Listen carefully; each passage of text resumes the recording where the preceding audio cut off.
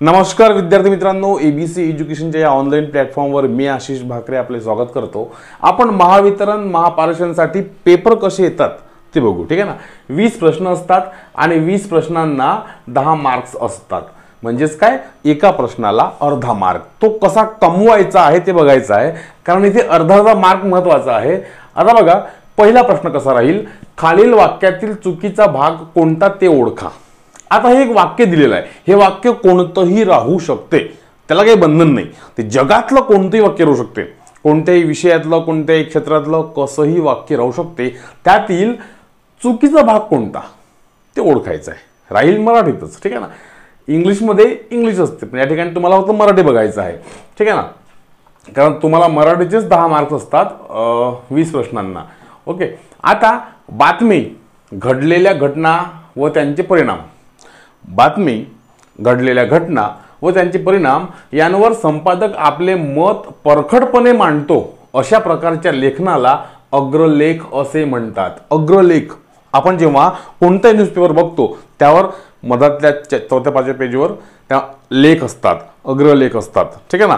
तर त्यामध्ये काय असते म्हणजे, तो एक तर बातमी असते किंवा घडलेल्या घटना असते, त्याचे परिणाम असतात। मग इथे काय चुकीचं आहे बघा, असे प्रश्न जेव्हा बघतो आपण तेव्हा सगळ्यात पहिले, कारण हे कॉमन एरर्स आहेत, इंग्लिश मधले कॉमन एरर्स हे मराठीतले कॉमन एरर्स आहेत, ठीक आहे ना। मग आता इथे कसं आहे, एकतर तुम्हाला शब्द चुकीचा दिला असेल तो दुरुस्त करायचा आहे, किंवा शब्दाचं स्पेलिंग म्हणजे मराठीतलं स्पेलिंग चुकीचं लिहिलेलं असेल ते बघायचं आहे। ते कसं बघा, बातमी, बातमी बरोबरच आहे, घडलेल्या घटना बरोबर, व त्यांचे परिणाम पाहिजे, इथे परिमाण झालं, परिणाम पाहिजे, हे समजलं पाहिजे आपल्याला। आणि फास्ट वाचायचं नाही, समजलं पाहिजे। कॉमन एरर्स जेव्हा आपण याचे उत्तर लिहितो तेव्हा एकदम आरामात तो प्रश्न वाचायचा, तेव्हाच आपल्याला समजते की चुकीचं कुठे आहे। नाहीतर आपण जर फास्ट वाचलं कॉमन एरर सोडताना तर याला आपण परिणामच वाचू, पण तो परिमाण वेगळा। परिमाण म्हणजे मोजमाप करणे, तो वेगळा होतो, ठीक आहे ना। परिमाण म्हणजे त्याचं परिमाण काय, त्याचं मेजरमेंट काय, पण परिणाम वेगळा। इथे चूक आहे, म्हणजे 1 मध्ये चूक आहे, हा भाग 1 झाला, हा भाग 2 झाला, हा भाग 3 झाला, हा भाग 4, आणि जर चुकीचं नसेल तर मग चूक नाही, 5वा भाग, ठीक आहे ना। मग आता आपला पहिल्या भागामध्ये चूक आहे, पहिला म्हणजे 1 का नाही, पहिला भाग बघायचा कुठं, पहिलं कुठं आहे, पहिलं ई मध्ये आहे, म्हणजे इथेही आपण गफलत करू नये।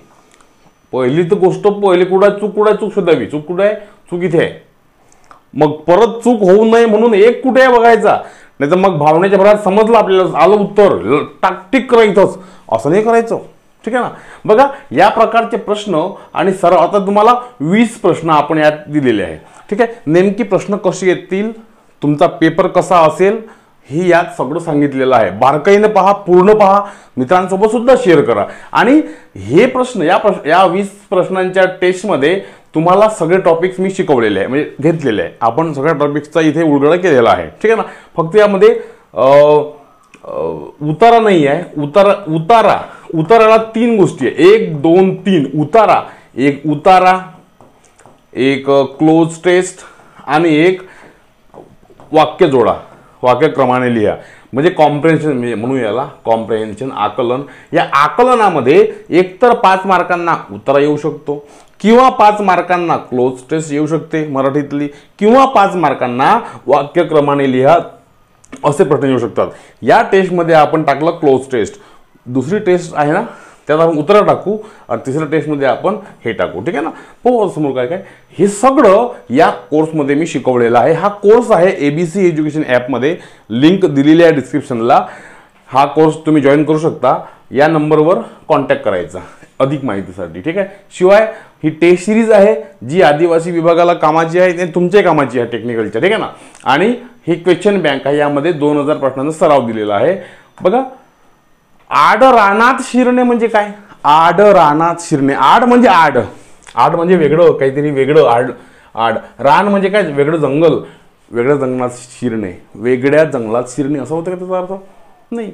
आड रानात शिरणे हा एक वाक्प्रचार आहे, याचा अर्थ काय होतो, शेतात काठाकाठाने शिरणे काय, नाही, चूक, मुद्द्याला सोडून जाणे, मुद्द्याला सोडून बोलणे. आपण काय म्हणतो, ए बाबा तू मुद्द्यावर बोल, तू आडरानात शिरू नकोस. ठीक आहे ना. म्हणजे एक टॉपिक चालू आहे, आपला पर्टिक्युलर टॉपिक चालू आहे, डिस्कशन चालू आहे, आणि एक जण भलतंच बोलून राहिला काहीतरी, तर म्हणतो आपण थांब, इथं गोष्ट नको बोलू म्हणते, गोष्ट नको बदलू. ठीक आहे. आडरानात नको शिरू, आडरानात नको शिरू म्हणजे दूरच्या वावरात जाणे नाही आहे. ठीक आहे.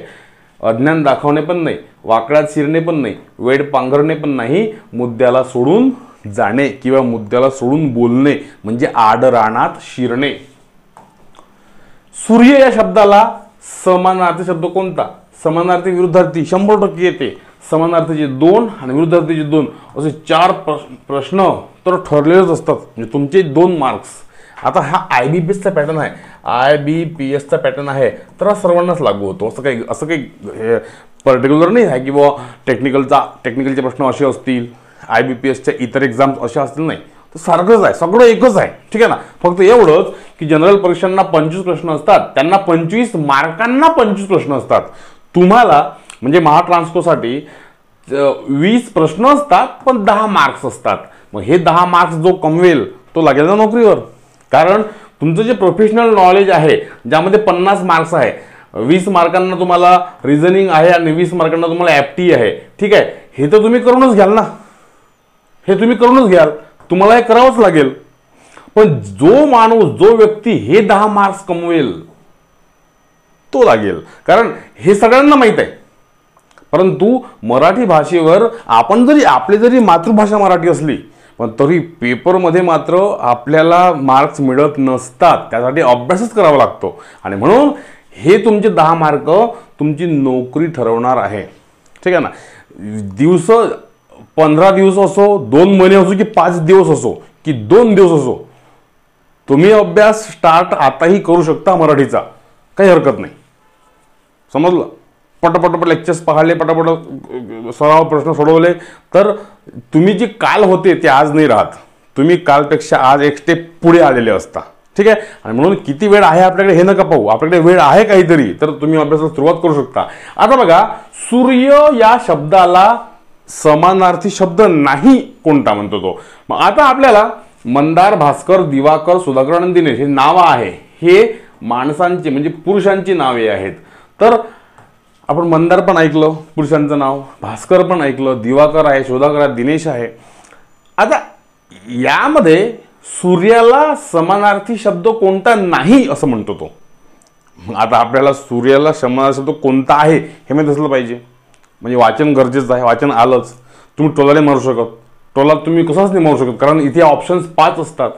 TCSला तरी 4 ऑप्शन्स असते, इथे 5 ऑप्शन्स असतात. ठीक आहे ना. आणि एकदम बघा ना, मंदार, भास्कर, दिवाकर, सुधाकर, दिनेश, सांग काय कराल? ज्याचा अभ्यास नाही आहे तो पाहणारच नाही, त्याला समजणारच नाही. ज्याचा अभ्यास आहे थोडाफार तो दिमाग लावेल की हां चला, भास्कर म्हणजे तर पक्क सूर्य आहेत, ओके. दिवाकर म्हणजे सूर्य आहेच बुवा. आता विषय राहिला मंदार, सुधाकर, दिनेश, भास्कर आणि हे तर आपण ऐकलेलेच आहे. पण मंदार, सुधाकर, दिनेश, सुधा म्हणजे अमृत, तो भाग वेगळा. सुधा हा थोडा तुम्हाला स्त्रीलिंगी शब्द वाटतो, स्त्रीलिंगीचा आहे तो. सुधा तो चंद्र आहे. सुधाकर हा चंद्र आहे आणि दिनेश आणि मंदार हा सुद्धा सूर्यच आहे. जसा भास्कर आणि दिवाकर सूर्य आहे, तसा मंदार आणि दिनेश सुद्धा सूर्यच आहे. सुधाकरला मात्र चंद्र म्हटलं जाते, म्हणजे चंद्राला सुधाकर म्हटलं जाते, शशी म्हटलं जाते, शशांक म्हटलं जाते. अनेक शब्द आहे, अभ्यास करावा लागेल त्या गोष्टींचा. ठीक आहे ना. त्याच्या जमणार नाही. म्हणजे उत्तर फक्त 4 येते. कुठं 4 इथे आहे. 4 व 5 नाही, 1, 4 व 5 नाही. इथे कन्फ्यूज होता कामा नये. वाक्यातील चुकीचा भाग ओळखा. वाक्यात चूक नसेल तर चूक नाही हा पर्याय निवडावा. ठीक आहे ना. आता एक वाक्य दिलेलं आहे, संविधान सभा स्थापन झाली डिसेंबर 1946 मध्ये आणि तिने संविधान निर्मितीचे काम पूर्ण केले नोव्हेंबर 1949 मध्ये. आता बघा, हा एक वाक्य आहे. हे वाक्य कुठचंही राहू शकते, कुठल्याही क्षेत्रामधलं राहू शकते. आपल्याला आपल्या मराठी भाषेसोबत संबंध आहे. इथे मात्र चूक काय आहे ते बघा. आता संविधान सभा स्थापन झाली डिसेंबर 1946 मध्ये आणि तिने संविधान निर्मितीचे काम पूर्ण केले. इथे तुम्हाला समजलं पाहिजे की पूर्ण हा चुकीचा लिहिला आहे, पूर्ण हा असा पाहिजे. का बरं? कारण समोर जर रफार असेल तर आधीचं जे अक्षर आहे ते दीर्घ पाहिजे असते. जसं आपण सूर्य लिहितो, हा नियमच आहे, हा मराठीतला नियम आहे. सूर्य लिहितो, पूर्वी लिहितो, पूर्व लिहितो, तेव्हा आपल्याला जो हे आहे, हे पहिलं जे अक्षर आहे हे कधी दीर्घ लिहायचं असते. हा नियम आहे. या सगळ्या त्या आपल्या कोर्समध्ये, IBPSच्या कोर्समध्ये किंवा टेक्निकलच्या कोर्समध्ये हे सगळे नियम शिकवलेले आहे. ते सगळे नियम जर वाचले, समजून घेतले सगळ्या गोष्टी, तर हे असे सहज समजतात. नाहीतर मग जर हे आपल्याला माहीत नसलं ना, आपल्याला इथे कोणतीही चूक दिसत नाही. आपण काय म्हणतो? चूक नाही, आपण ई उत्तर बरोबर लिहून टाकतो. पण जर आपल्याला माहित असलं की अच्छा हा नियम आहे का, मग इथे तर पूर्ण चुकीचंच आहे. असा पाहिजे, कॅपिटल पाहिजे, दीर्घ पाहिजे. मग आपण पटकन काय करू? सी उत्तर आहे ना, सी कुठे आहे? सी 3 मध्ये आहे, 3 बरोबर. म्हणून अभ्यास करणं खूप गरजेचं आहे. ठीक आहे ना, अभ्यासाशिवाय पर्याय नाही आहे. मराठी लँग्वेज आहे आपली, सोपी आहे, होऊन जाते असं नसते. अभ्यास करावाच लागतो. जसं आपण तुम्ही रिझनिंगचे तुम्हाला 20 प्रश्न असतात, 20 मार्क असतात, किंवा इकडे ॲप्टिट्यूडचे 20 प्रश्न असतात, इकडे प्रोफेशनल नॉलेजचे तुम्हाला 50 प्रश्न. हे तर महत्त्वाचे आहेच. तुम्हाला 10 प्रश्न म्हणजे 10 मार्क, 20 प्रश्न 10 मार्क मराठीचे असतात. आणि हे तर सगळेजण करतात, पण सरप्लस असतात हे ज्याला जमले 10 मार्क्स मिळवणं, तो नोकरीवर लागतो. ठीक आहे. आणि म्हणून अभ्यास करणं आवश्यक आहे. संयुक्तिक या शब्दाचा विरुद्ध शब्द कोणता? संयुक्तिक. आता संयुक्तिक म्हणजे काय? जेव्हा आपण एखादा शब्द वापरतो, संयुक्तिक वाक्य वापरतो, की त्याला पैसे मागायला जाणे मला संयुक्तिक वाटत नाही. उसनवारीचे पैसे त्याला मागायला जाणे मला संयुक्तिक वाटत नाही. किंवा त्या ठिकाणी ऑलरेडी 10 लोक असताना माझं काम नाही असं मला वाटते, तिथे माझं जाणं संयुक्तिक वाटत नाही. म्हणजे काय? बरोबर वाटत नाही, योग्य वाटत नाही. त्याच्या अपोजिट काय होईल? अयोग्य. हां, मग हे असं लिहायचं असते. यासाठी वाचन आवश्यक आहे, वाचनाशिवाय जमत नाही. खडी फोडणे म्हणजे काय? एक तर जेलमध्ये जाणे आपण खडी फोडतो, खडी फोडणे त्याला म्हणतात. परंतु खडी फोडणे याचा वाक्प्रचाराचा अर्थ काय होतो? खडी फोडणे, एखाद्याच्या पाठीमागे त्याला दोष देणे. बघा, यंत्राने खडक फोडणे, मंत्राने खडक फोडणे असे स्टुपिड ऑप्शन्स येतील, त्याला गृहीत धरायचं नाही, ते चुकीचे आहे. ठीक आहे ना. मारणे किंवा स्तुती करणे नाही, दोष देणे. खडी फोडणे म्हणजे दोष देणे. आपण काय म्हणतो? तो त्याच्या नावाने निव्वळ बोटं मोडत राहते, निव्वळ खडी फोडत राहते. म्हणजेच काय? खडी फोडणे म्हणजे पाठीमागे एखाद्याला दोष देणे. हे वाक्प्रचार सुद्धा महत्त्वाचे असतात. व्होकॅब्युलरीला खूप जास्त महत्त्व आहे आणि कॉम्प्रेन्शनला. या ठिकाणी ग्रामर नाही येत तुम्हाला. आलंच तर एक लिंगवचन किंवा एखादा काळ येईल, संपला विषय. परंतु मेन गोष्ट आहे व्होकॅब्युलरी आणि कॉम्प्रेन्शन. ठीक आहे ना. हे व्होकॅब्युलरीमध्ये मोडते. खडी फोडणं म्हणजे दोष देणे. यापेक्षा मोठा सन्मान कोणता? आता इथे लिहून घ्या. नकारार्थी वाक्य बनवा. वाक्याचा अर्थ तोच ठेवून, म्हणजे वाक्याचा अर्थ न बदलवता नकारार्थी वाक्य करा. यापेक्षा मोठा सन्मान कोणता होता का? समजा आपण जर एका ठिकाणी गेलो आणि त्यांनी आपला खूप सन्मान केला, मग आपण भारावून गेलो, कोणीतरी काय म्हणलं आपल्यासोबतचा, यापेक्षा मोठा सन्मान कोणता होता का? म्हणजे हाच तर मोठा होता. म्हणजेच यापेक्षा मोठा सन्मान नाही करा वाटत नाही. यापेक्षा मोठा सन्मान कोणताही नव्हता. यापेक्षा मोठा सन्मान कोणताही नव्हता. यापेक्षा मोठा सन्मान का करावा? सन्मान नाही वगैरे कोणताही नाही. ठीक आहे. किंवा यापेक्षा लहान सन्मान कोणताही नाही, चुकीचं आहे. यापेक्षा मोठा सन्मान कोणता नव्हता? कोणताही नव्हता. यापेक्षा मोठा सन्मान कोणता करावा का? म्हणजे मी तुम्हाला खूप मान दिला, तुमचा मित्र काय म्हणे, अरे बॉ यापेक्षा मोठा सन्मान कोणता होता काय आपला? म्हणजेच काय? यापेक्षा मोठा सन्मान कोणताही नव्हता. म्हणजेच हे वाक्य आणि हे वाक्य सेम झाले, त्यांचा अर्थ सेम झाला. पण हे वाक्य सकारात्मक आहे, नकारात्मक आहे. हे होकारार्थी आहे किंवा आपण याला पॉझिटिव्ह म्हणतो किंवा असर्टिव्ह म्हणतो, याला आपण निगेटिव्ह म्हणतो. ठीक आहे ना. आणि म्हणून वाक्याचा अर्थ चेंज नाही होत, पण वाक्य निगेटिव्ह करून दाखवायचं असते आपल्याला. यावर पकड पाहिजे. हा पण तेच, वाक्याचा अर्थ न बदलता वाक्य नकारार्थी करा. तू अगदीच असमंजस आहेस. आता असमंजस म्हणजे काय? समंजस म्हणजे समजदार, असमंजस म्हणजे काय? समजदार नाही तो. म्हणजेच तू अगदीच असमंजस आहेस. अरे भाऊ तू भल्ला बेकार आहे म्हणजे काय? तू चांगला नाही. बरोबर आहे ना? वाक्याचा अर्थ नका चेंज करू. तू अगदीच असमंजस आहेस म्हणजे काय? तू बिलकुल समंजस नाहीस. तू अजिबात समंजस नाहीस. बिलकुल म्हणा की अजिबात म्हणा. तू अगदीच असमंजस आहेस म्हणजे तू अजिबात समंजस नाहीस. तू असमंजस नाही होणार नाही. तू अगदीच असमंजस आहेस ना, असमंजस नाहीस नाही होणार नाही. तुझ्यात थोडीही सामंजस्य नाही. इथे समंजस नाही, सामंजस्य पाहिजे होतं. तू अजिबात मूर्ख नाही किंवा असे ऑप्शन येत राहतील, पण आपल्याला उत्तर कोणतं आहे? तू अगदीच असमंजस आहेस म्हणजे तू अजिबात समंजस नाहीस. नंतर बघा, अशुद्ध शब्दांचे वाक्य ओळखा. आता अशुद्ध शब्दांचे वाक्य ओळखायचे आपल्याला. अशुद्ध शब्द ओळखायचे. कोणती भाषा शुद्ध किंवा अशुद्ध नसते. हा, शब्द शुद्ध अशुद्ध असतात, ठीक आहे ना. आणि म्हणून अशुद्ध शब्दांचे वाक्य ओळखायचे आहे.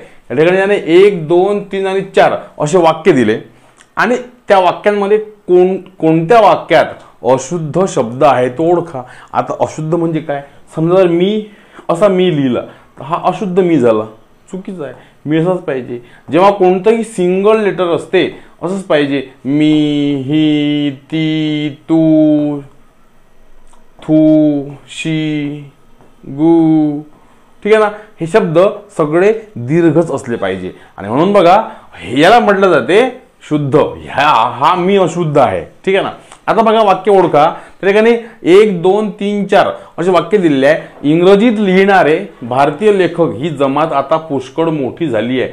पटकन समजते आपल्याला की पुष्कळ असा नाही पाहिजे रे बाबा, पुष्कळ असा पाहिजे. हा जो श आहे, पोटफोड्या श, आपण त्याला षटकोन श म्हणतो, तो असला पाहिजे. तुम्हाला श हा नाही लिहिता येणार, चुकीचा आहे. म्हणजे 1 झालं, 1 चुकीचा आहे. इथे अशुद्ध शब्द आहे. इथे बघायचं, कधी कधी शुद्ध शब्द विचारतात. जन्मलेल्या मुलाचे जग म्हणजे पाडणा व आई. पटकन समजलं पाहिजे. तो पाडणा नाहीये, तो काय आहे? पाळणा आहे. पाळणा आहे तो. म्हणून हे पण चूक आहे, समजून घ्या. विश्वाचा आकार ज्याच्या त्याच्या डोक्या एवढा असतो. पटकन समजलं पाहिजे की हा जो ए आहे, हा ए आहे आणि हा ऐ आहे. याला ऐ वाचायचं. ऐक. एवढीच फरक आहे ना. ए ऐ. आपण नाही वाचत आजकाल, पण वाचलं पाहिजे, ठीक आहे ना. म्हणून डोक्या एवढा पाहिजे, डोक्या एवढा नाही पाहिजे. म्हणून हा शब्द सुद्धा चुकीचा आहे. 1, 2, 3 झाले. खाली बघू काही चुकीचं आहे का. त्याने आमच्या समितीमध्ये मोठी व महत्वाची भूमिका बजावली आहे. भूमिकेचा भू बरोबर आहे. हा भू असाच पाहिजे, म्हणजे हे वाक्य बरोबर आहे. इथे काय म्हटलं तुम्हाला? अशुद्ध शब्दांचे वाक्य कोणते? तर 1, 2, 3. कुठे 1, 2, 3? Option number C 1, 2, 3. हे तुम्हाला समजून घ्यावं लागेल या पद्धतीचं. असेच प्रश्न पेपरला येतात म्हणजे येतात, 100% येतात, ठीक आहे ना. म्हणून तुम्हाला हे सगळं वाचून घ्यावं लागेल. याचा अभ्यास आतापर्यंत जर केला नसेल तर इथून सुरुवात करावं लागेल. कोणी म्हणेल सर आहेच काय फक्त 5-6 दिवस? 5-6 दिवस म्हणजे खूप मोठा कालावधी झाला. असं काही गरजेचं नाही आहे की बा 1च महिना असला पाहिजे, 5च महिने असले पाहिजे. 5 दिवसात सुद्धा आपण 5 मार्क्स कमवू शकतो. 1 दिवस जरी असला तरी आपण त्या दिवसामध्ये 1 मार्क जरी कमावला आणि एकाच मार्काने आपण नोकरीला लागलो तर तो 1 मार्क हा लाख मोलाचा असतो. आणि म्हणून तो कमवण्यासाठी आपण काही केलं पाहिजे, ठीक आहे ना. चलो, मुख्य या शब्दाचा समानार्थी शब्द ओळखा. मुख्य म्हणजे कारण पुढारी, प्रमुख, अधिकारी, पहिला किंवा मंत्री. आता हे सगळेच मुख्य असतात, पण याला काय पाहिजे? ऍक्च्युली याला समानार्थी शब्द पाहिजे, सिनोनिम पाहिजे मुख्यचा. आता मुख्य म्हणजे काय? मुख्य म्हणजे प्रमुख असते बो. पुढारी म्हणजे नेता, तो मुख्य असतो का? नाही, त्याच्यावरही कोणतरी असतोच. पुढारी काय आपण कसाही बनवू शकतो. हवी याला बनवू आमदार, याला सरपंच बनवू आपण, तो पुढारी आहे म्हणजे मुख्य आहे का? तो नाही. अधिकारी आहे, अधिकारी म्हणजे मुख्य आहे का? त्याचा बाप बसला असतो वर मार्केटमध्ये. पहिला म्हणजे मुख्य का? नाही. मंत्री म्हणजे मुख्य का? नाही. प्रमुख म्हणजे मुख्य, आणि प्रमुख हा शब्द मुख्यला समानार्थी आहे. ओके, चलो. आता दिलेले 5 प्रश्न याला म्हणतात ते क्लोज टेस्ट. ही तुम्हाला इंग्लिशमध्ये बघायला मिळते आणि मराठीत सुद्धा आता सगळे IBPS आणि टेस्ट सुद्धा विचारते. ठीक आहे ना. आता बघा इथे काय दिलेलं आहे, 11 ते 15 म्हणजे प्रश्न क्रमांक 11 ते प्रश्न क्रमांक 15 याच उतार्यामध्ये तुम्हाला 5 प्रश्न दिलेले आहेत, ते तुम्हाला ओळखायचे आहे. खाली दिलेले वाक्य काळजीपूर्वक वाचा आणि विचारलेल्या प्रश्नांची उत्तरे द्या. ओके. आता बघा इथे नेहरू अहवालात इथे काय केलं, नेहरू पासून तर या ठिकाणी जे झालेत पर्यंत आहे तिथे 5 रिकाम्या जागा दिलेल्या आहेत. म्हणजे पहिली रिकामी जागा ही समजू, दुसरी आपण ही समजू, तिसरी ही आहे, चौथी ही आहे आणि 5वी रिकामी जागा ही आहे. तर पहिल्या याच्यामध्ये हे पहिल्याचे उत्तर, दुसऱ्या याच्यात हे दुसऱ्याचे उत्तर, तिसऱ्या याच्यात तिसऱ्याचे, या पद्धतीचे आपण सोडवू. ठीक आहे ना. सोडवायचे आपल्याला. आता हा उतारा जो असतो, हा उतारा मात्र अनसीन पॅसेज असतो. हा तुम्ही कधीही वाचलेला नसतो, पण पेपरला काय रॅन्डमली काही पण येऊ शकते. मग मात्र आपल्याला आपल्या भाषेचं नॉलेज दाखवायचं त्या ठिकाणी आणि सांगायचं आहे की बुवा नेमकं या ठिकाणी काय काय पाहिजे. नेहरू अहवालात ब्रिटिश साम्राज्याअंतर्गत स्वतंत्र वसाहत असा रिकामी जागा मिळावा ही मागणी होती. म्हणजे नेहरू अहवाल जेव्हा सादर झाला 1928 मध्ये, तेव्हा ब्रिटिश साम्राज्याअंतर्गत जे आपलं राज्य होतं, भारत जो होता, तर त्याला वसाहती स्वातंत्र्य मिळाले पाहिजे. वसाहत म्हणजे ब्रिटिश साम्राज्याअंतर्गत स्वतंत्र वसाहत असा काय मिळावा, मान मिळावा, शब्द मिळावा, दर्जा मिळावा, वेळ मिळावा की निर्णय मिळावा. तर दर्जा मिळावा हा शब्द त्या ठिकाणी चपकल बसतो. दर्जा मिळावा. मान किंवा शब्द पाहिजे का आपल्याला? नाही, दर्जा पाहिजे. दर्जा मिळावा ही मागणी होती. तोपर्यंत अनेकदा स्वतंत्र वसाहतीचा दर्जा, बघा इथे दर्जा आलेला आहे, बरोबर आहे, म्हणून तो बरोबर सूट झाला. वसाहतीचा दर्जा अशीच मागणी केली गेली होती. लॉर्ड आयर्विन म्हणजे इर्विन, आयर्विन किंवा इर्विन यांनी असा दर्जा देण्याचे सुरुवातीला काय केले, कबूल केले का बंद केले का तय केले का विचार केले, नियोजन केले? त्यांनी कबूल केले होते की बा ठीक आहे, तुम्हाला आम्ही ब्रिटिश साम्राज्याअंतर्गत स्वतंत्र वसाहतीचा दर्जा आम्ही देऊ. म्हणजे बा काम तुमचं तुम्ही सांभाळा, पण तुमच्या हुकूमत आमची राहील. ठीक आहे ना. स्टार्टिंगला त्यांनी कबूल केले, काय इथे कबूल केले, तसे घोषितही केले. मात्र इंग्लंडने म्हणजे इंग्लंडच्या पार्लमेंटने मात्र इंग्लंडने भारताला स्वतंत्र वसाहतीचा दर्जा देण्याबाबतचा इंग्लंडचा काय केला, आकर्षण पाहून त्यांनी भूमिका बदलली. म्हणजे कोणी भूमिका बदलली? याने भूमिका बदलली, आयर्विनने. म्हणजे तिथे जे बसलेले होते तिथल्या संसदेमध्ये त्यांचं म्हणणं होतं की पण आता नाही देऊ आपण, आम्हाला आपण स्वतंत्र वसाहतीचा दर्जा देणार नाही आहोत. ठीक आहे. आणि म्हणून तसे घोषितही केले. मात्र इंग्लंडने भारताला स्वतंत्र वसाहतीचा दर्जा देण्याबाबतचा इंग्लंडचा इथे यांनी आकर्षण पाहिले काय, रोख पाहिला काय, रोष पाहिला, रोष पाहून त्यांनी भूमिका बदलली. म्हणजे कोणी? त्या आयर्विनने रोष पाहिला, वेडने पाहिलं, स्वतंत्राने पाहिलं. हा अधिकारी ना, आयर्विन अधिकारी.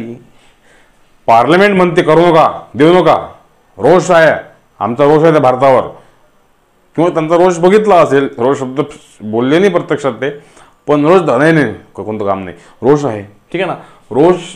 रोष पाहून त्यांनी भूमिका बदलली. भारताला नजीकच्या भविष्यात असा स्वतंत्र व वसाहतीचा दर्जा देण्यात येणार नाही असे आयर्विन म्हणाले, किंवा देता येणार नाही. बघा, जवाहरलाल नेहरू ब्रिटिशांच्या या वर्तनाने, वागणुकीने, शब्दांनी, निर्णयाने की वक्तव्याने, तर वर्तनाने, वागणूक हे थोडीशी जाते वैयक्तिक, वागणूक घर शब्द आहे तो, परंतु वर्तन हा शब्द प्रोफेशनल आहे. ठीक आहे ना. म्हणजे हा साहित्यिक शब्द आहे. जवाहरलाल नेहरू ब्रिटिशांच्या या वर्तणुकीने कमालीचे अस्वस्थ झाले. नंतरच्या काळात स्वतंत्र वसाहतीऐवजी आता आम्हाला संपूर्ण स्वातंत्र्याची मागणी केली पाहिजे, याबाबत नेहरू कमालीचे काय झाले, आग्रही झाले. जिद्दी झाले का? नाही. घर आहे का ते? नाही. जिद्दीने झाले. विश्वासू किंवा निश्चय किंवा विचारी नाही, आग्रही झाले. आता काय, आता आम्ही संपूर्ण स्वराज घेऊन राहू असं. मग आता हे जे आहे हे प्रश्न आहे, ठीक आहे ना, हे प्रश्न आहे 11, 12, 13, 14, 15 हे प्रश्न आहे. कॉम्प्रेहेन्शनच्या नावाखाली तुम्हाला एकतर असा उतारा येईल किंवा एक उतारा देऊन त्याच्यावर 5 प्रश्न विचारतील किंवा एक उतारा शफल करून देईल आणि तो जोडा बरोबर, पहिलं वाक्य दुसरं तिसरं हे जोडा, असे प्रश्न येतील. आणि हेच या 3 गोष्टी आहेत कॉम्प्रेहेन्शनमध्ये. म्हणजेच जर पेपर 25 मार्कांचा असला तर उतार्यासहित या 2 पैकी एक काहीतरी येईल किंवा जर पेपर 20 मार्कांचा असला तर या 3 काहीतरी एक येईल. ठीक आहे ना. इथे आपण हे टाकलं, पुढच्या आपण उत्तर टाकू. इथे आता पहिलं उत्तर कोणतं आहे? दर्जा सी, दुसरं 12चं ए, 13चं रोष, 14चं वर्तन आणि 15चं आग्रह. ठीक आहे ना. PDF मध्ये वाचून घ्याल तर सगळं. भाषेचे स्पष्टीकरण करणाऱ्या शास्त्राला काय म्हणतात? तर व्याकरण म्हणतात. हे पाठ करून ठेवा. व्याख्या आहे व्याकरणाची.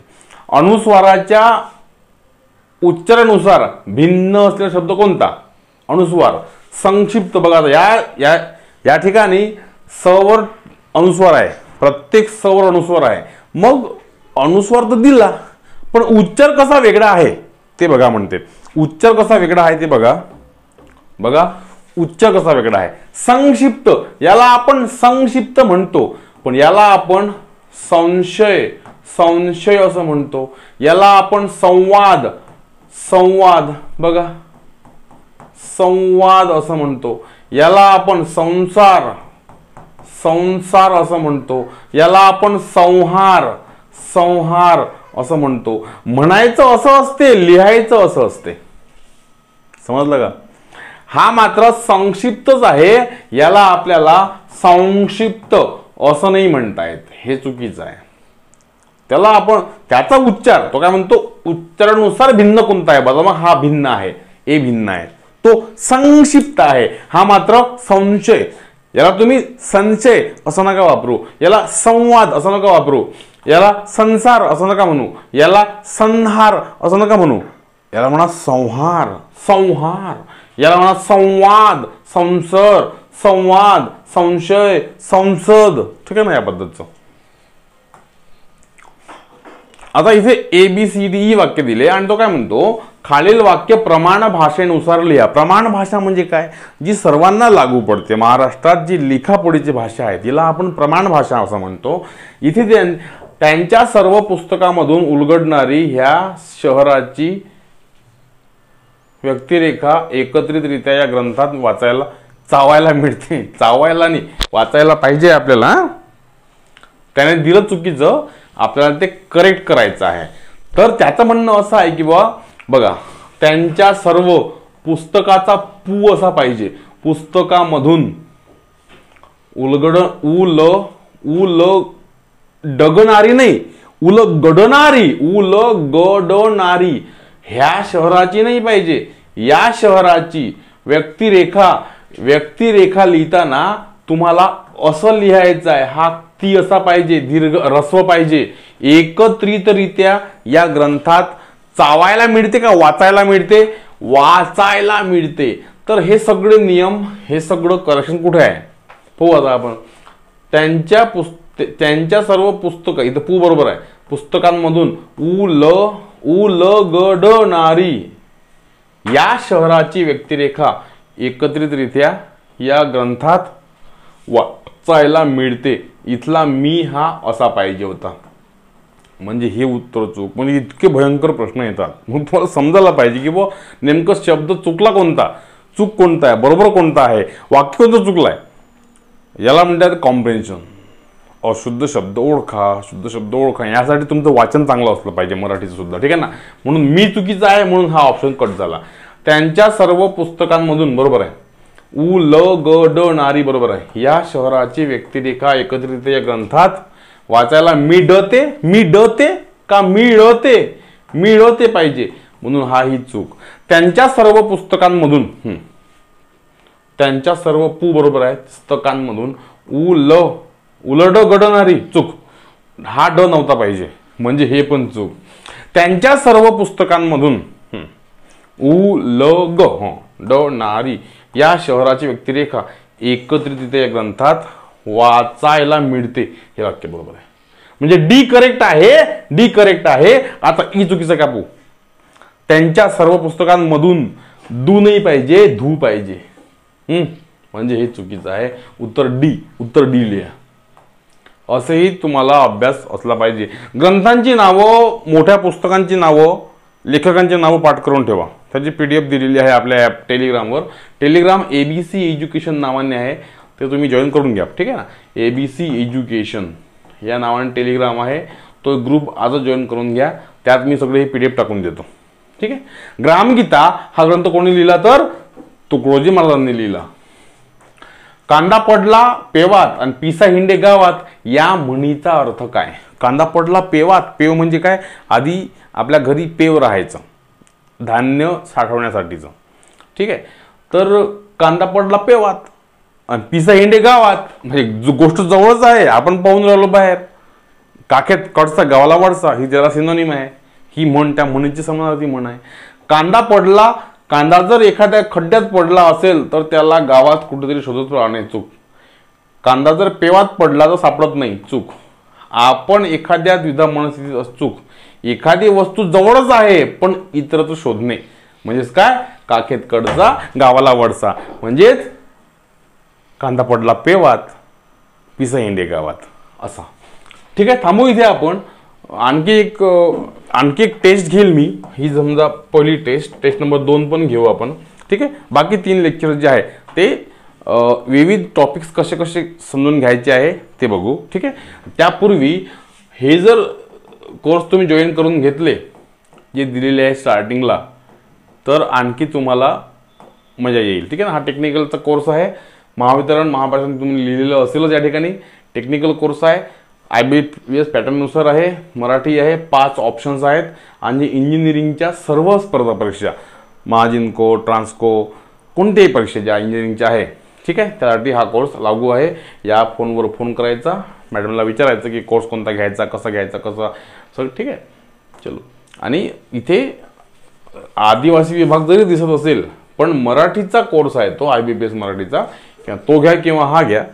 पण हे टेस्ट सिरीज घेणं आवश्यक आहे, कारण या टेस्ट सिरीजमध्ये 10 टेस्ट आहेत टोटल. आणि कोणता प्रश्न कसा सोडवायचा आहे ते यात शिकवलेलं आहे. ठीक आहे. आणि क्वेश्चन बँक दिलेली आहे सराव करण्यासाठी. तर तुम्हाला हवं ते मटेरियल उपलब्ध आहे आपल्या ॲपवर. ॲपची लिंक डिस्क्रिप्शनमध्ये दिलेली आहे, वाचा. ABC एज्युकेशन नावानं टेलिग्राम चॅनल आहे, ते पण जॉईन करून घ्या. आणि काहीही अडचण आली तर तुम्ही मला थेट विचारू शकता. ठीक आहे ना. काही हरकत नाही. माझा नंबर आहेच, वाटल्यास नंबर लिहून घ्या. सॉरी, हा नाही आहे. 8087276857 हा पर्सनल नंबर आहे. यावर फक्त फोन नाही करायचा, तुम्ही मॅसेज टाकू शकता. ठीक आहे ना.